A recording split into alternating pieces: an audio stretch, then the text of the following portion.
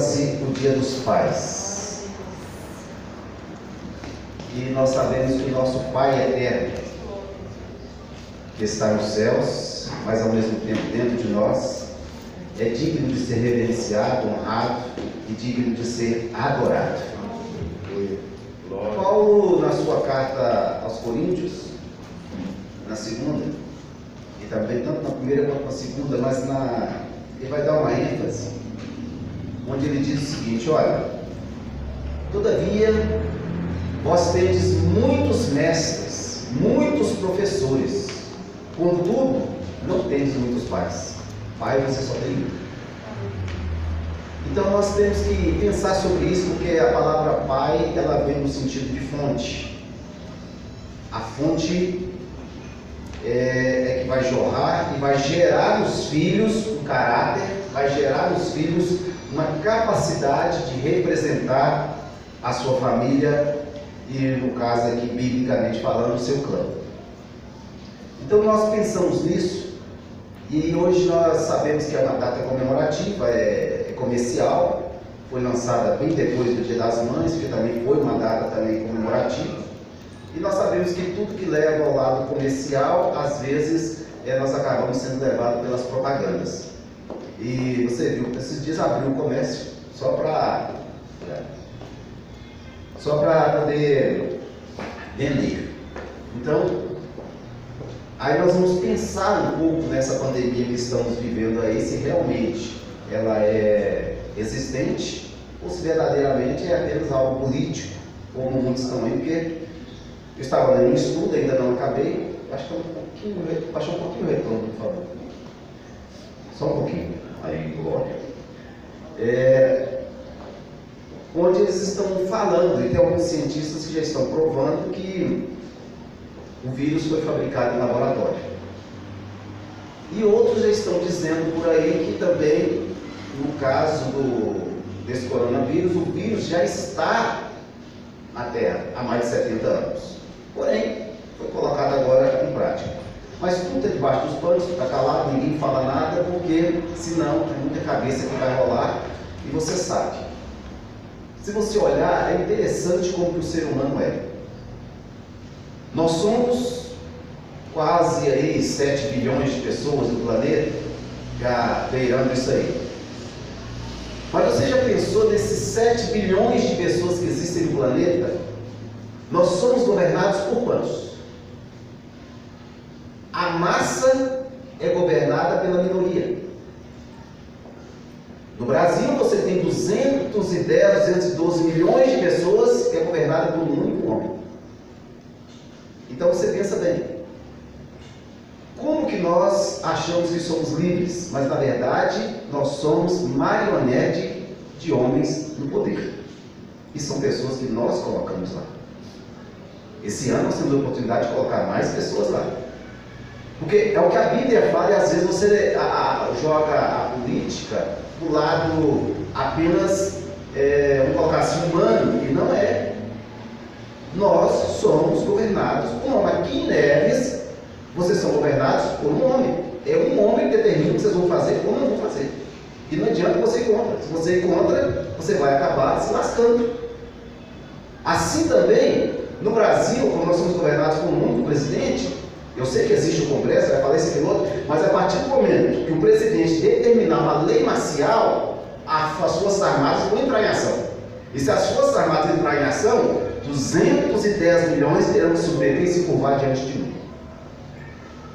As coisas são muito mais sérias do que nós imaginamos. Então nós somos governados. A nossa fonte, hoje nós temos, se você olhar, o presidente da República, ele é o nosso pai. Ele é aquele que está nos governando, é o que está nos dirigindo. E aí você pensa o seguinte: mas eu tenho uma superioridade, eu sou filho de Deus. Se eu sou filho de Deus, eu ando pelas leis do meu pai, eu ando pela lei do meu país. Mas ao mesmo tempo eu tenho que lembrar que a partir do momento que aqui na Terra eu vou colocar uma pessoa no poder, eu estou dando a ela plena autoridade, plenos poderes para dirigir e falar para mim o que eu vou fazer e o que eu não vou fazer. Se você tem um comércio aqui em Neves, Eu sei que a maioria aqui não tem, mas a partir do momento que o prefeito Juninho falou que não poderia abrir, você abriu? Não. Ele falou que você não poderia trabalhar, você foi trabalhar? Não, porque você é governado. As coisas espirituais, às vezes você leva muitas coisas do lado espiritual e não pensa nas naturais. As naturais, elas vão refletir. Então pensa bem nesse ano, olha aí sobre o que você vai fazer, sobre quem você vai colocar para governar sobre a sua vida. Pensa sobre isso e ore bastante.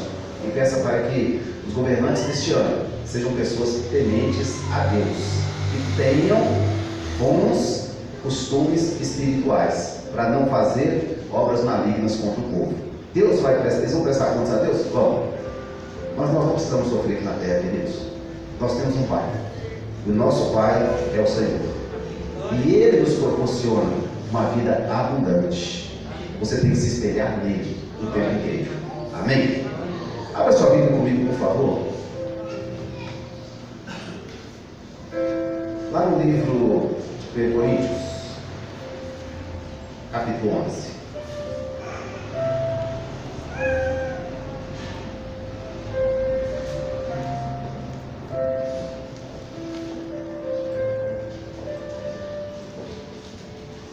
Coríntios, capítulo 11, verso 23. Esses domingos nós estamos falando sobre os patriarcas, mas eu quero falar com você nesta manhã sobre algo que nos foi instituído através do patriarca maior, que é o nosso Salvador. 1 Coríntios 11, a partir do 23 diz: porque eu recebi do Senhor o que também vos ensinei, que o Senhor Jesus, na noite em que foi traído, tomou o pão, e tendo dado graças, o partiu e disse: tomai, comei, isso é o meu corpo, que é partido por vós. Fazei isso em memória de mim. Semelhantemente também, depois de cear, tomou o cálice, dizendo: este cálice é o novo testamento do meu sangue. Fazei isso todas as vezes que beberdes em memória de mim. Porque todas as vezes que comerdes este pão e beberdes este cálice, anunciais a morte do Senhor até que venha. Portanto, qualquer que comer este pão ou beber o cálice do Senhor indignamente, será culpado do corpo e do sangue do Senhor. Examine-se, pois, o homem a si mesmo, e assim coma deste pão e beba deste cálice. Porque o que come e bebe indignamente, come e bebe para a sua própria condenação, não discernindo o corpo do Senhor. Por causa disso, há entre vós muitos fracos e doentes, e muitos que dormem. Porque se nós nos julgássemos a nós mesmos, não seríamos julgados. Mas quando somos julgados, somos repreendidos pelo Senhor, para não sermos condenados com o mundo. Portanto, meus irmãos, quando vos ajuntais para comer, esperais uns pelos outros. Mas se algum tiver fome, come em casa, para que vos não ajunteis para a condenação. Quanto às demais coisas, ordená-las-ei quando for ter convosco. Feche os olhos. Pai, em nome do Senhor Jesus, capacita-nos, Senhor, a discernir aquilo que é espiritual e natural. Senhor, sabemos que isso aqui é um ato figurativo. É apenas, meu Deus, algo que nós estamos fazendo aqui no natural, mas que é um reflexo do espiritual. Senhor, que possamos discernir verdadeiramente a Tua mesa, a mesa da salvação, a mesa da libertação, a mesa da cura, das demais mesas do mundo. O Senhor nos proporciona um manancial de águas vivas e também nos proporciona para um banquete espiritual. Senhor, sacia-nos nesta manhã e faz de nós, meu Deus, verdadeiros adoradores que te adorem em espírito e em verdade, no nome do Senhor Jesus. Amém, Espírito? Meus irmãos, certa vez eu fui convidado para pregar numa igreja, e o tema que eles me deram era pecado. Eles queriam que eu falasse sobre Pecado. E eu fui estudando um pouco mais sobre pecado na Bíblia, e eu vejo que quando eu cheguei lá no dia, eu fiquei olhando a igreja, observando a igreja, antes da pregação. E eu observava os irmãos, assim como Jesus fazia, chegava e observava a multidão, para saber o que cada um ia fazer. Mas quantos sabem aqui que mentir é errado? Pode levantar a mão. Quantos sabem que mentir é errado? Roubar é errado. Prostituir é errado. Adulterar é errado. Fornicar é errado. Então você sabe o que é pecado. Não precisa falar para você o que é pecado. O que é errado você sabe. Todos nós sabemos o que é errado. Todos nós sabemos o que é pecado. Então não precisa da gente ficar falando o tempo inteiro para as pessoas o que é errado, o que é pecado. Porque existe uma promessa do Espírito Santo que diz o seguinte: que o Espírito, Ele falaria conosco, Ele falaria na nossa consciência o que é certo e o que é errado. Então todos nós temos consciência do erro, todos nós temos consciência do certo. Isso é virtude sua? Não, é o Espírito Santo. Ele está aí, Ele está nesse tempo, Ele está nesse mundo, Ele está conosco. Ele nos convence do pecado, do juízo e da justiça. Mas quando Ele nos fala o que é errado e o que é certo, cabe a nós, cabe a mim e a você discernir, e cabe a mim e a você decidir fazer ou não. A decisão vai ser sempre nossa. Ele vem e convence você: olha, não faça isso que é errado, não brigue que é errado, não xingue que é errado, não fale palavrão que é errado, não coma com exagero, que isso é gula, faz parte dos 7 pecados capitais, isso é errado. Não minta, porque é errado. Ele vai falar com você as coisas que é certo e é errado. Agora a decisão sempre será minha e sua.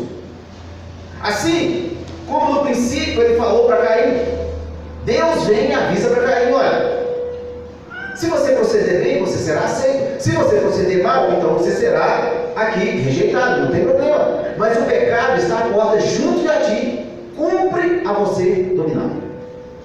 Não cumpre a Deus fazer isso. Então você está sabendo: olha, Senhor, eu sei que mentir é errado, mas eu vou mentir. Eu sei que fumar é errado, mas eu vou fumar. Eu sei que prostituir é errado, mas eu vou prostituir. Eu sei que adulterar é errado, mas eu vou adulterar. É uma decisão. A obediência, ela parte desse princípio: ou eu obedeço ou não obedeço.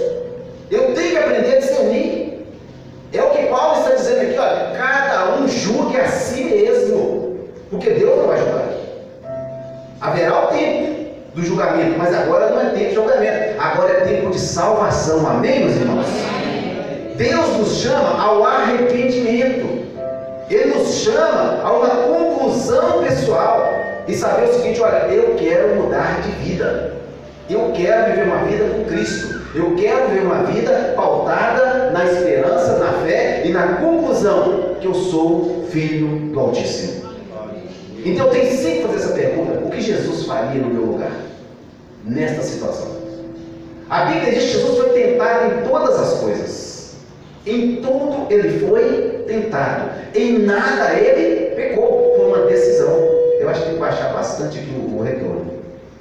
São decisões que nós tomamos. Essas decisões, elas têm feito, como Paulo está explicando aos Coríntios, porque na ceia eles estavam fazendo de qualquer jeito. A ceia dos Coríntios era uma bagunça, porque na verdade naqueles dias cada um levava para a ceia algo para comer, era compartilhado. E nesse compartilhamento tinha gente que levava demais e tinha gente que levava de menos. Tinha gente que fazia um banquete exagerado e outros não tinham nem o que comer. Alguns estavam fazendo aqui tudo errado. E havia tanta bagunça que Paulo vai falar que esses coríntios, havia gente que tinha relação com a esposa do próprio pai. E Paulo está avisando: espera aí, que bagunça é essa que vocês estão fazendo na mesa do Senhor? O que vocês estão pensando? A mesa não é assim. Quando Paulo está falando aqui, nós vamos ver que na ceia, a Páscoa, que é a representatividade, que é a ceia para nós hoje, o que é a Páscoa judaica é a nossa ceia. Jesus transformou as coisas, ele mudou agora de um padrão para outro. O princípio, então, que nós vamos sempre entender aqui sobre essa mesa. Eu acho que o jeito que estava bom. Você foi mexendo. Aí, mas vai dar certo, porque o final dá certo aí. Então nós vamos ver aqui que Paulo está explicando o que era a Páscoa judaica. A Páscoa judaica, antes de Deus tirar o povo do mundo, antes de Deus tirar o povo do Egito, antes de Deus tirar o povo da escravidão, ele primeiro passou pelo batismo. Então aqui, os dois ritos que Jesus coloca no Novo Testamento, a mesa da ceia e o batismo. Então quando eles saem do Egito, a primeira coisa que eles fazem, eles passam pelo mar. Ou seja, o próprio Deus ali, através de Moisés, que é chamado batismo de Moisés. Moisés batiza aproximadamente 3 milhões de pessoas. Então se você saiu do mundo, você saiu da escravidão, você saiu lá do mundo, lá do tempo do Egito, a primeira coisa que você quer ver, nova vida. Então eu preciso passar pelas águas. Eu preciso me batizar. Eu preciso entrar na nova vida. É o rito de entrada. Eu está dizendo, olha, eu morri para o passado, eu quero viver para uma nova vida. O Egito para mim ficou para trás, o mundo ficou para trás. Agora, o povo deixou de pecar por causa disso? Não. Deixou de errar por causa disso? Não. Então, Deus, a primeira coisa que Deus vai fazer lá, antes de tirar os do Egito, Deus coloca a Páscoa. Eles tinham que comer do pão, o sangue do cordeiro. Então Deus fala, olha, essa noite vocês vão fazer o seguinte, vocês vão pegar o cordeiro, vai matar esse cordeiro, vai pegar esse sangue, vai passar nos umbrais da porta, você e sua família vai ficar dentro da sua casa, vocês dois, toda a sua casa vai ficar ali, e vocês vão comer o cordeiro, vocês vão fazer a Páscoa comigo. Então se você olhar no sentido bíblico, eu sei que muitos de nós falam o seguinte, olha, pastor, eu tenho coragem de comer a ceia, mas o batismo ainda não. Afinal de contas, estava dizendo, o sangue de Jesus vai lavar todos os seus pecados. Agora que seus pecados estão lavados, você já recebeu Jesus na sua vida, você já está na nova vida, o que te impede de passar pelas águas? Então eles comeram a ceia, em seguida veio o batismo. Eu sei que muitas igrejas hoje colocam o seguinte, olha, se você não for batizado, você não pode comer a ceia. Olha para a Bíblia, teve a ceia primeiro, depois o batismo. Primeiro eu me alimento de Cristo, primeiro eu sou lavado pelo sangue, primeiro meu pecado é perdoado, depois eu estou por morrer para o mundo. Então no sentido bíblico, o batismo vem depois da ceia, e não antes. E hoje se coloca algumas normas, algumas regras, que as igrejas colocam o seguinte, olha, se você não passou pelas águas, você não pode tomar ceia. Onde é que está isso na Bíblia? Onde está? Em que lugar está? Quando você volta, você vai entender o contrário. As Bíblias que nós temos, infelizmente tem algumas mudanças nelas, mas aí é uma questão de tradução, não que elas estejam erradas, que elas estão certas, mas é uma questão de interpretação e às vezes a linguagem, ela muda. Mas quando você olha aqui, Jesus vai fazer o seguinte, olha, façam isso em memória de mim. O que é fazer em memória? Existe uma diferença em memória de em memória. Em memória significa uma pessoa que morreu e não volta mais. Então se você tem uma pessoa no seu ente querido, você vai lá e faz uma homenagem, ou quando você vai se casar, quando o pai ou a mãe já faleceu, você coloca em memória, significa não volta mais, morreu.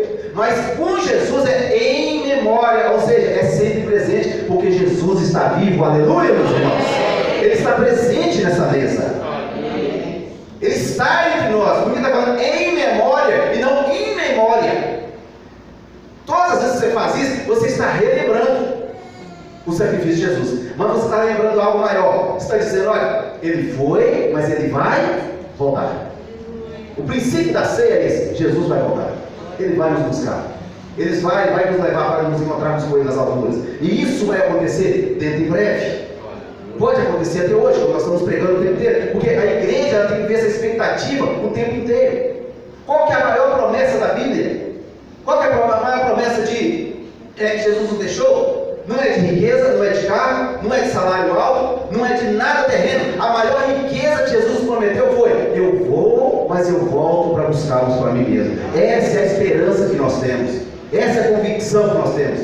Mas desde a década de 90, aqui os mais novos não vão se lembrar, mas no princípio dos anos 90, quando começou-se a teologia da prosperidade, infelizmente a teologia da prosperidade tirou a pregação do arrependimento, tirou a pregação da salvação. De lá para cá começou-se a pregar uma igreja que está vivendo para o tempo presente e não para o tempo da eternidade. Hoje nós lutamos por aquilo que nós vamos deixar, nós brigamos por aquilo que nós vamos largar, nós damos a vida por aquilo que não vamos levar daqui. Então muitos de nós estão preocupados com os bens materiais, estamos nos esquecendo que a nossa maior herança é espiritual e não material. Então onde foi que você viu o maior multimilionário ou bilionário desse mundo sair daqui com algum dinheiro? Quando foi que você viu isso? Então não lute por aquilo que é desprezível. Jesus vai nos orientar e diz o seguinte: olha, não tema aquele que pode matar a carne, tema antes aquele que pode matar o espírito. E tem gente que está morrendo espiritualmente dentro da igreja. Tem gente que não está vivendo a plenitude do Evangelho, porque ainda não aprendeu que o que Jesus tem para você não é terreno, é espiritual. O que é terreno, ele apenas acrescenta. Mas quando Jesus estabelece essa nova aliança, ele está dizendo: olha, esse é o novo testamento, é a nova aliança, é o novo pacto que eu estou estabelecendo com vocês. Muitos de nós ainda está vivendo a lei de Moisés, ainda está vivendo a lei antiga. Nova aliança aqui significa novo testamento, novo princípio, novo começo. Eu estou estabelecendo uma regra nova para vocês. Esqueçam agora aquelas regras de Moisés, porque as regras de Moisés não salvam ninguém. Quando nas regras de Moisés que nós vemos, a Bíblia vai falar que a pessoa que pecava, e lá vai dizer olho por olho, dente por dente, mas tem algo que está lá no livro de Números, no capítulo 9, que a Bíblia diz que as pessoas, chegaram alguns homens que estavam se intitulando impuros para comer a ceia. Eles se intitulavam impuros. Eles se intitulavam, a religião no caso ali, intitulava essas pessoas como impuras para comer a Páscoa. Por quê? Porque na lei mosaica dizia que eles não poderiam comer a ceia, comer a Páscoa, se eles tivessem tocado em alguma coisa imunda, ou seja, morto. Então esses homens, eles chegam com sacrifícios, eles chegam com o cordeiro, chegam para participar da ceia, mas a religião está impedindo esses homens de participar da ceia. A religião diz: olha, vocês não podem participar da mesa, vocês não podem participar da Páscoa, porque vocês estão impuros. A religião faz isso. Então eles chamam para nós então Moisés e Arão. Eles chamam Moisés e Arão e falam: olha, verdadeiramente nós tocamos em cadáver, verdadeiramente nós fomos sepultar um homem que havia morrido, verdadeiramente nós confessamos os nossos erros, confessamos a nossa falha, mas nós trouxemos o nosso cordeiro. Então Moisés fala: eu vou consultar o Senhor, eu vou consultar a Deus para ver se vocês podem participar da mesa ou não. E Moisés vai, a Bíblia diz que Moisés ora, e Deus fala para eles: olha, fala para eles que eles podem participar, porque há um cordeiro no altar. Eles estão confessando que eles estão impuros, mas o sangue do cordeiro os purifica do pecado. Então o que Deus está pedindo ali? Reconheça. Mas por outro lado, Deus fala ainda com o mesmo Moisés, mas fala para aquele que se acha na condição de tomar a ceia, que se acha na condição de ser aprovado para se assentar à mesa. Se esse homem não tomar a ceia, que ele seja extirpado do povo. Então muitos de nós estamos desprezando a mesa, como os coríntios estavam fazendo, desprezando a ceia do Senhor. Quando você se acha que você é puro o suficiente para tomar a ceia, significa que você não pode tomar a ceia. Mas quando você se acha na condição: Senhor, eu não tenho condição de sentar nessa mesa, se não for pelo sangue do Senhor. Então você tem condições de tomar. Porque você sabe, não é pelo meu esforço, é por aquilo que Jesus está fazendo comigo. Não é pelo meu projeto de santificação, é por aquilo que Jesus fez na minha vida. É o sangue de Jesus que purifica o meu pecado. Eu não tenho condições de me santificar, eu não tenho condições de me lavar dos meus pecados. É o sangue de Jesus. É a pureza do sangue de Jesus que me garante. Mas naqueles dias, quando Jesus está fazendo aqui, falando sobre a ceia, você sabe que quando no casamento judaico e algumas tradições mais enraizadas, você vai ver que o noivo dependia da sua condição social. Quando ele ia na casa do pai e ele pedia a noiva em casamento, ficavam noivos, ali ele deixava uma moeda para a noiva. Ele levava uma moeda e deixava outra para a noiva. É o que para nós hoje nós chamamos de aliança. Deixar uma aliança. Ele ficava com uma e ela com outra. Se ele fosse uma pessoa de posses, essa moeda era de ouro ou prata. Se ele fosse uma pessoa menos abastada, ele dava ali uma moeda mais de cobre ou de prata, enfim, depende da sua condição social. O fato é que estava enlaçado. E estavam ali agora os dois alinhados, aliançados por uma promessa de casamento.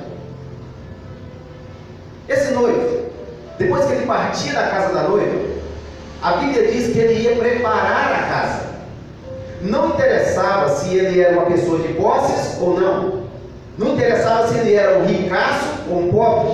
Não interessava. Esse noivo, quando ele ia construir a casa, ele tinha que colocar a mão na massa. Ele não poderia mandar outros fazer a casa para ele. Ele tinha que fazer com as próprias mãos, ajudar a fazer. Isso aí não interessa, a condição social. E a partir desse momento que ele pediu a noiva em casamento, ele não mais ia na casa da noiva. Se fosse hoje, o cara nem quer, já dava o tempo todo. É de segunda a segunda. Mas o noivo não ia mais. Ele não via mais a noiva até o dia do casamento. Mas ele tinha uma pessoa, e ele escolhia essa pessoa a dedo, que era chamado amigo do noivo. Ele era um amigo íntimo do noivo. Então, uma vez ou outra, ali 2, 3 meses, ele mandava esse amigo lá na casa da noiva. E quando ele mandava esse amigo na casa da noiva, esse amigo ia trazer notícias de como estava a noiva, mas ia levar notícias de como estava o noivo. Ele levava e trazia.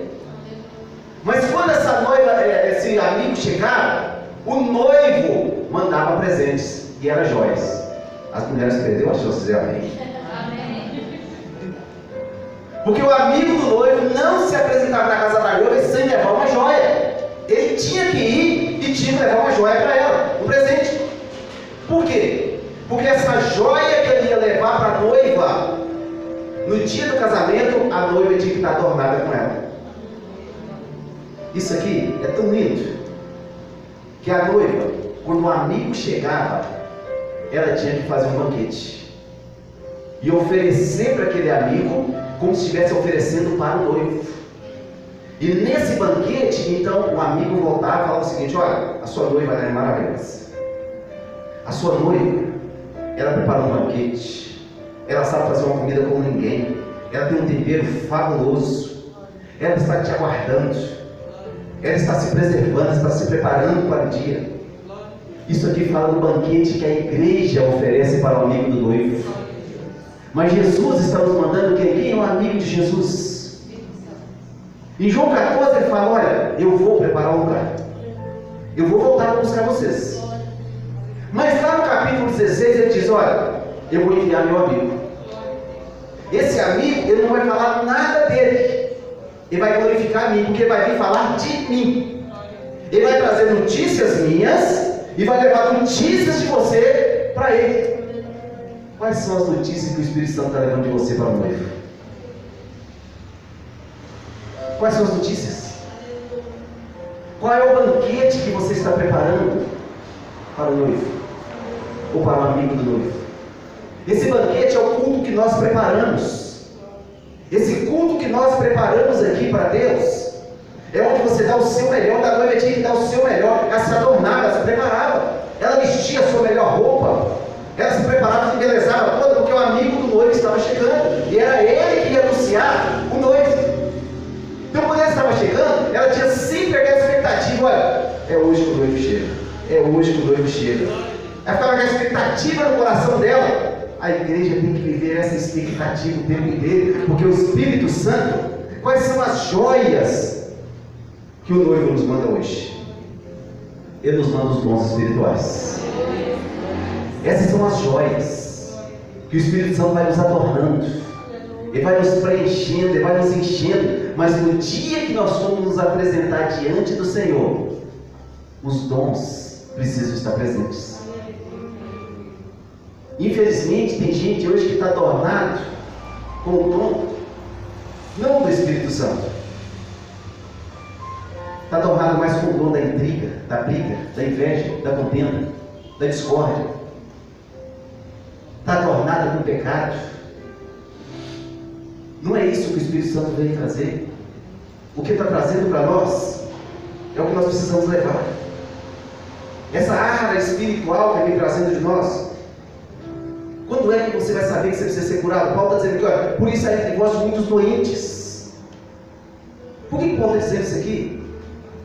Porque uma das coisas que você vai aprender quando você participa do banquete da ceia, você é curado espiritualmente. Quando é que eu sei que eu estou doente espiritualmente? A pessoa doente, qual é a primeira característica ou qual é o primeiro sintoma que essa pessoa tem quando ela está enferma espiritualmente? Fisicamente, o primeiro sintoma é que você perde o apetite. Você não tem vontade de comer nada. Quer saber se você está doente espiritualmente? Como é que está o seu apetite espiritual? Como está o seu apetite? Porque quem está saudável espiritualmente quer se alimentar cada vez mais. Ele tem mais fome, ele tem mais sede, ele está buscando o tempo inteiro. Se ele está doente, a primeira coisa, ele não quer se alimentar. Ele vai se deitar, ele vai ficar no canto, porque ele não quer se alimentar. Não é que o corpo não precisa, mas ele está doente. Mas a ceia, ela garante trazer esse apetite espiritual para você. Você precisa ter fome de Deus, sede de Deus. O tempo inteiro, se você tem sede na leitura da palavra, sede na oração, sede na busca pelo Espírito Santo, significa que você está saudável espiritualmente. Quanto mais sede, mais fome você tem da palavra, mais saudável você está. Quanto menos você estiver, mais doente você está. Mas se você hoje decidir que essa mesa, Jesus, ele é o seu alimento, é o seu sustento, então ele vai te curar hoje. E ele vai te adornar. Todos os dias, o Espírito Santo vai trazendo para você joias novas, preciosidade. E você vai sentir cada vez mais a presença dele neste momento. E você prepara esse banquete, você oferece o seu melhor louvor, a sua melhor adoração, a sua melhor oração, aquilo que você tem de melhor.